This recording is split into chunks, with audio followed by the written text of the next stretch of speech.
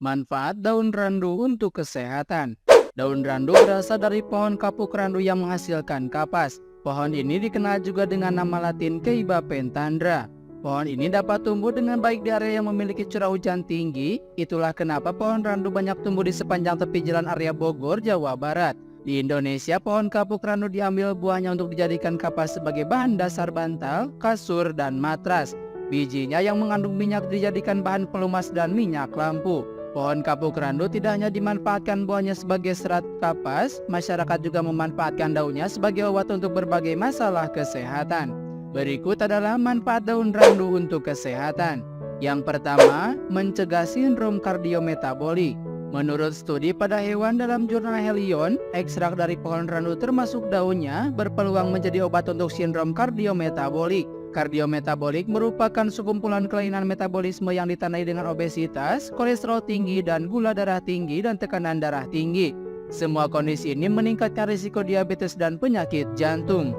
Hasil penelitian ini menemukan ekstrak pohon randu dapat memberikan efek berikut ini: menurunkan kolesterol secara alami, mengurangi peradangan di pankreas dan jaringan adiposa atau lemak, meningkatkan sensitivitas insulin, mengurangi stres oksidatif, dan menurunkan tekanan darah.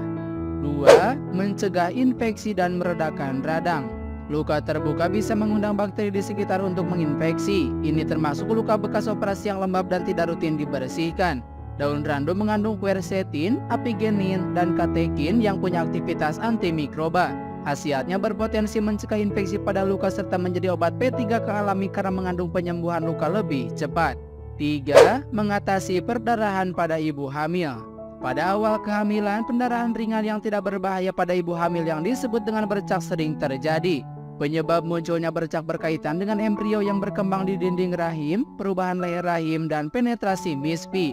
Berdasarkan studi pada jurnal Inquiry, penggunaan obat tradisional seperti daun randu menunjukkan potensi dalam meredakan perdarahan ibu hamil. Akan tetapi penggunaannya ini perlu diteliti lebih dalam mengingat kemungkinan efek samping maupun komplikasi yang membahayakan ibu hamil dan janin. 4. Meredakan diare.